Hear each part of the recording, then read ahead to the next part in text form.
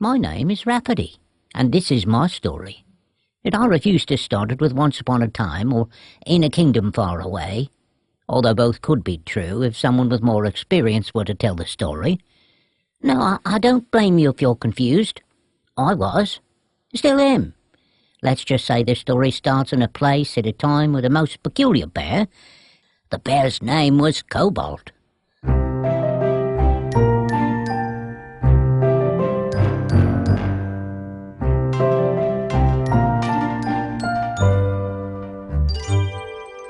I was told the forest I found myself in was somewhere south of 100 Acre Woods, north of Nowhere Forest, east of Somewhere Bluff, and west of that other place with trees. Now, Cobalt the bear didn't travel too much, so all he could tell me about was right here forest. But that's all right. This was, after all, a story which required imagination. You have that, don't you? When I first met Cobalt the bear, I was confused. He wore a blue hat, a backpack, and carried 3 lanterns with him. When I first spoke to him, his reply sounded something like a grunt, cough, sputter, and that was followed by the sound a balloon makes when you release it into an empty room having never been tied off properly. Now, it also sounded a little like a cross between a sneeze and a cough with a hint of fancy gargling. I was both amused and a little frightened. Somehow I learned to understand Cobalt, and he came to understand me. You sound something close to the sound of an angry trapped mouse, or possibly an otter during a very good belly laugh. I wasn't sure that was a compliment. I asked Cobalt, why do you carry 3 lanterns? Why, one lantern I place on my walking stick so I can see some light for a longer distance. The one in my hand helps me see things up close. The one on my chest is so that others see me. Cobalt seemed very smart. I didn't question him because in this place and at this time and with this bear, it just didn't seem important. I found myself afraid that I might break the story. I thought, if a bear could wear a hat and a backpack, and if this same bear carries 3 lanterns, then I have to believe he knows what he's doing. Besides, if I sounded like a giddy otter to him, then he may have thought I was joking. If he thought I was joking, Cobalt might laugh. And I wasn't sure what that sound would be like, but my imagination, being very advanced for an otter, thought it might sound something like a saw trying to cut jello. It's true, I've never heard that sound, but, well, my mind imagines something very disturbing and gloopy.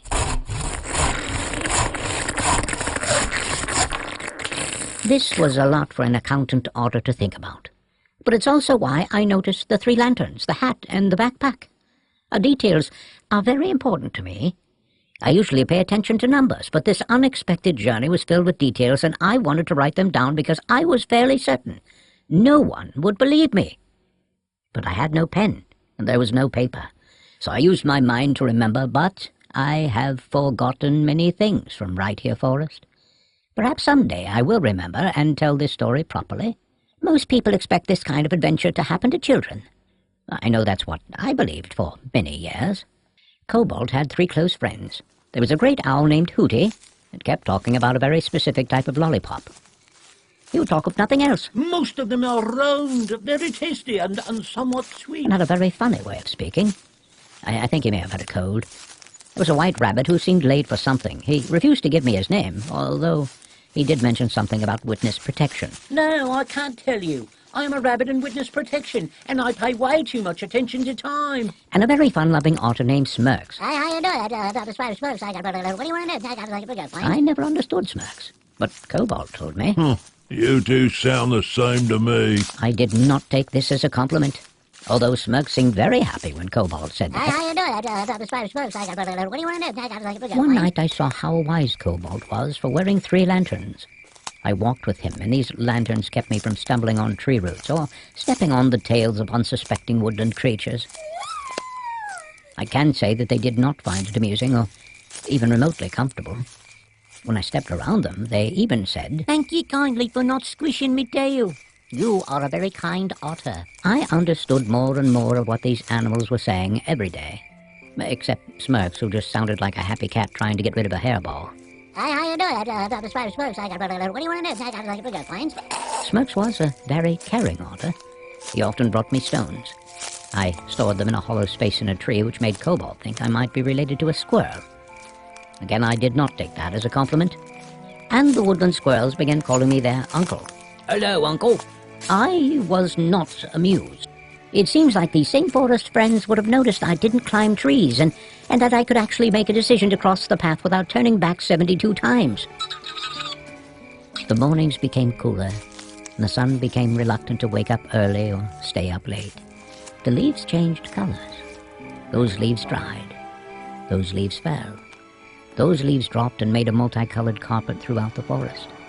And each night the lanterns would come out.